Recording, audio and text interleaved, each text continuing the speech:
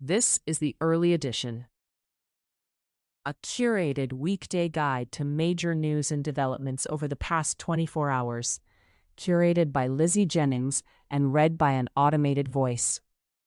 Published February 26, 2026, on Just Security, an essential resource for those shaping a just and secure world. Here's today's news. Iran. The United States and Iran will meet today for a further round of nuclear negotiations in Geneva, mediated by Oman. 4 Iranian officials said that Iran is likely to offer a suspension of nuclear activity and the enrichment of uranium for 3 to 5 years. After that, Iran would join a regional nuclear consortium while maintaining a very low level of enrichment, 1.5%, for medical research. It would also offer to dilute the 400 kilograms of highly enriched uranium it still maintains in phases. The United States, in turn, has to incentivize Iran with rewards, such as lifting both the threat of war and sanctions. Farnaz Fasihi reports for the New York Times. President Trump's senior advisors would prefer Israel to strike Iran before the United States launches any strikes, according to 2 sources. The officials are arguing that an Israeli attack would trigger Iran to retaliate, helping garner support from U.S. voters for U.S. strikes. One source said that the thinking among those closest to Trump is, "We're going to bomb them," as a deal with Iran seems unlikely. Dasha Burns and Nahal Tusi report for Politico. U.S. envoy Steve Witkoff yesterday told a gathering of AIPAC donors that the Trump administration is demanding that any nuclear deal with Iran must remain in effect indefinitely, according to 2 U.S. officials and 2 other sources. "We start with the Iranians with the premise that there is no sunset provision. Whether we get a deal or not, our premise is, you have to behave for the rest of your lives," Witkoff said, according to the sources. Barak Ravid reports for Axios. The U.S. Treasury Department yesterday imposed sanctions on more than 30 individuals, entities, and shadow fleet vessels that it said enabled Iran's illicit petroleum sales, ballistic missiles, and weapons production. The Treasury's Office of Foreign Assets Control also targeted multiple networks that enable Iran's Islamic Revolutionary Guard Corps and Ministry of Defense and Armed Forces Logistics to secure precursor materials and machinery required for ballistic missiles. Patricia Zengverly reports for Reuters. Russia-Ukraine war. After Elon Musk's SpaceX shut down access to Starlink satellite internet terminals for Russian forces earlier this month, Russian troops lost crucial battlefield internet access, causing communication breakdowns and reduced military activity, according to radio transmissions intercepted by the Ukrainian reconnaissance unit. On the Russian side, we observed on the very day Starlink was shut down that artillery and mortar fire dropped drastically, a Ukrainian reconnaissance operator said, adding, coordination between their units has also become more difficult since then. Trump reiterated to Ukrainian President Volodymyr Zelensky yesterday that he wants to push for an end to the war as soon as possible, according to a Ukrainian official and 2 other sources. Trump also told Zelensky that he will work on making a trilateral leaders' summit happen if the negotiating teams make some progress in early March. Yesterday's 30-minute call was the first conversation between Trump and Zelensky since they met in Davos at the end of January.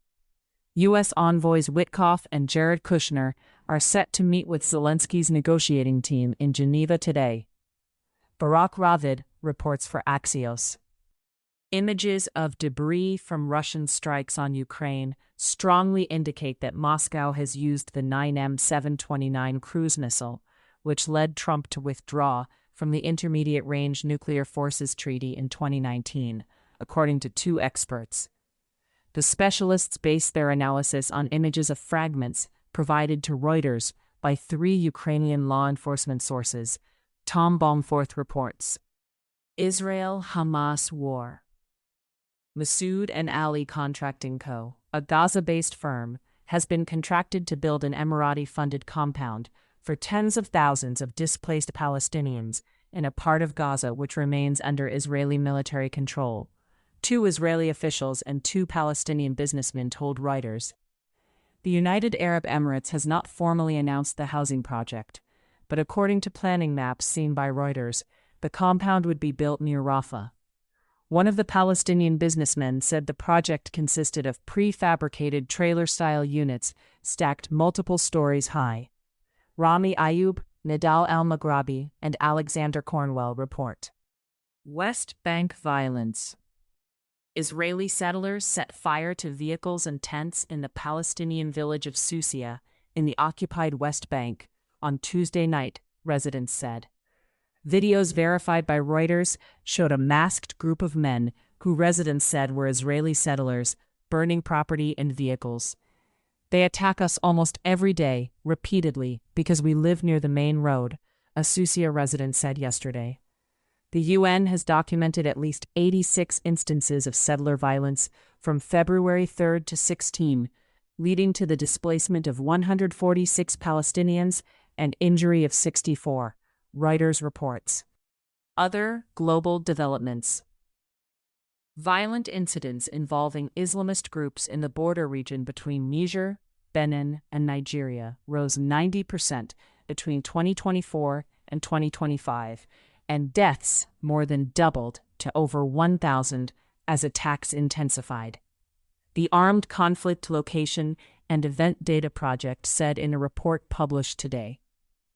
The report said fighters aligned with al-Qaeda and Islamic State have deepened their presence in Benin's Alabori and Borgu departments, Niger's Dosso region, and Nigeria's Sokoto, Kebbi, Niger, and Kwara states. Their operations now reflect continued spread, growing lethality, and rising risks to civilians, it added. McDonald Zarutwe and David Lewis report for Reuters. A Hong Kong court today sentenced Kwok Yin Song, the father of a U.S.-based activist, to 8 months in prison for attempting to withdraw some funds from his daughter's insurance policy. This is the first case against a family member of a pro-democracy advocate brought under national security law. Kenneth Lung reports for AP News. Tech developments.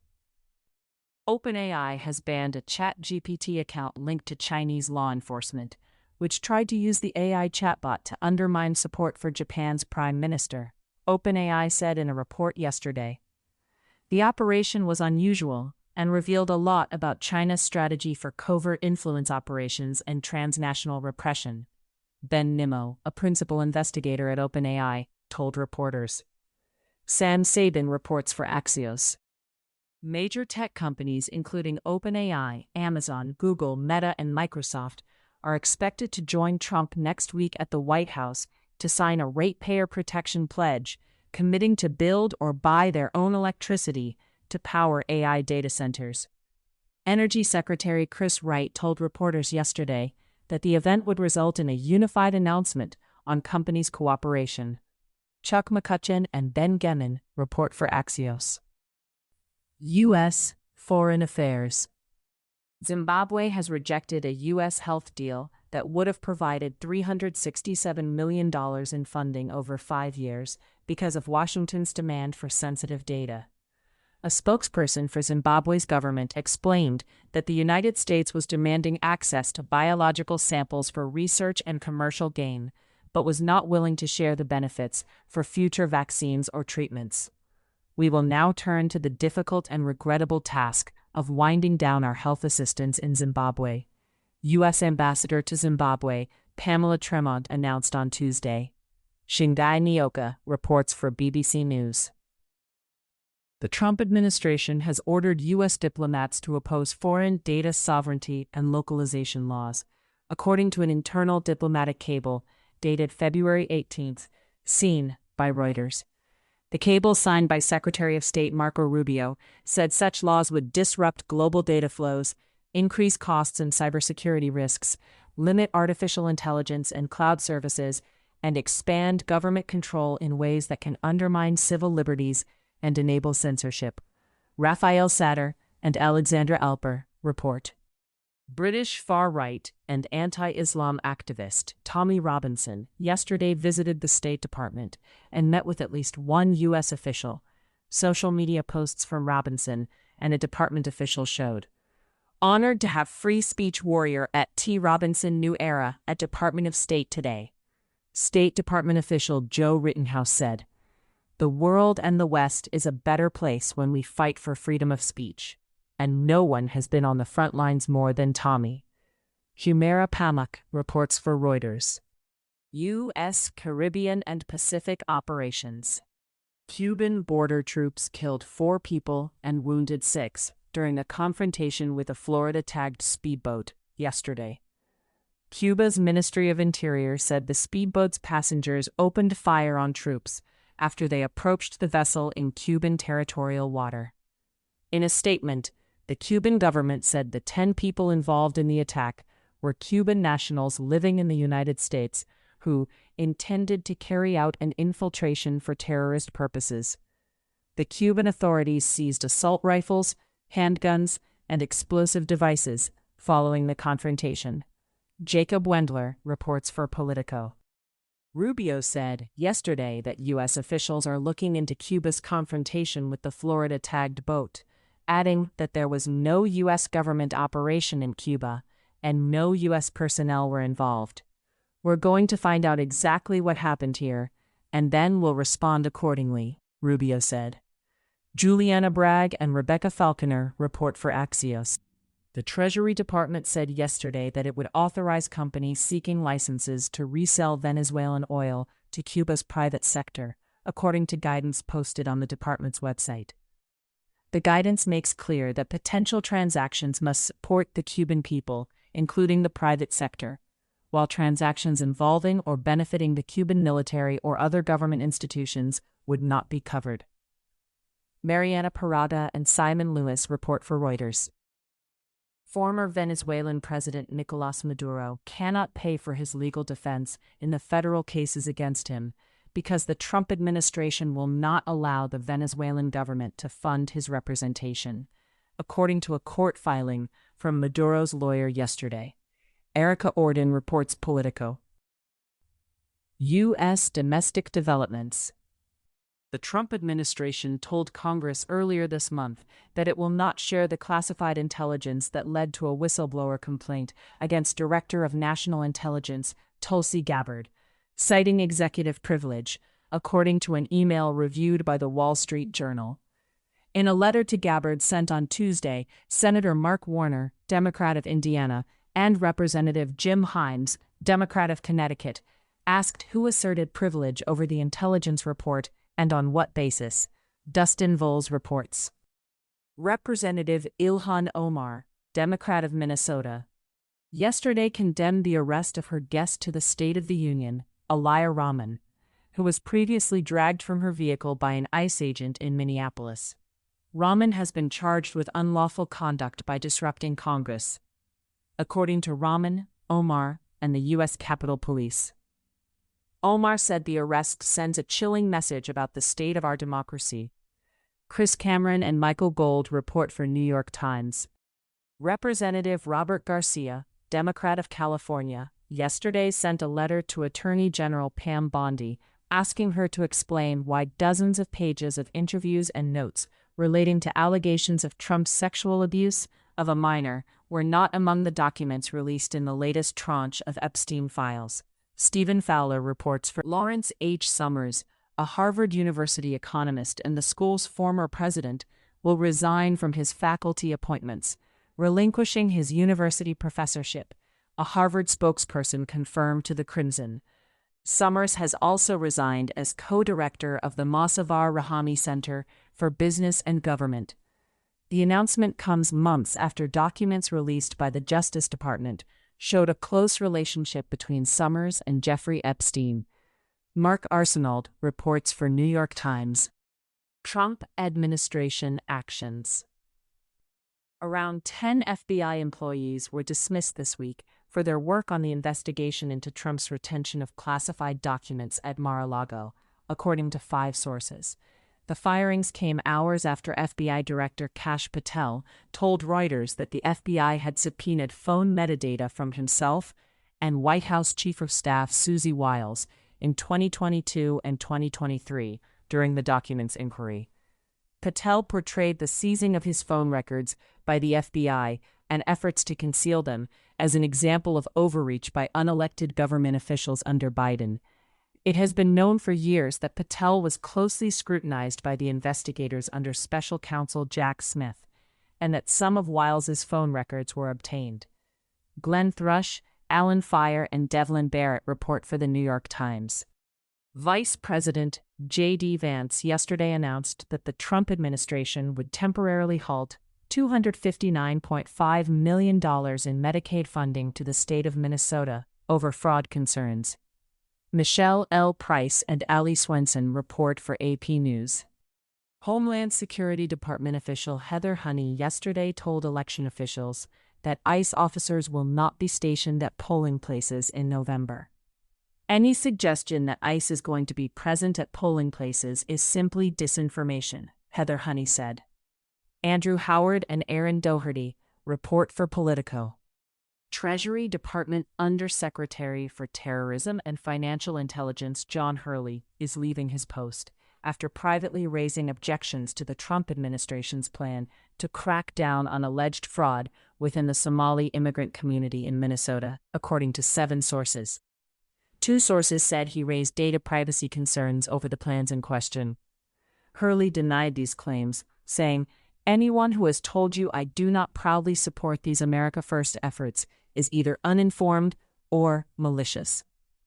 Andrew Ackerman, Jeff Stein, Natalie Allison, and Ellen Nakashima report for The Washington Post.